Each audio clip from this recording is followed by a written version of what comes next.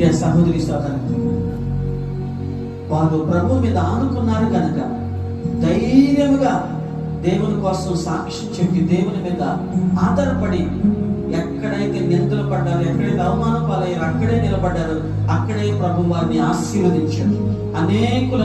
అనేక ఆత్మలను దేవుని తట్టు త్రిప్పగలగటానికి వారు సేవ చేశారు.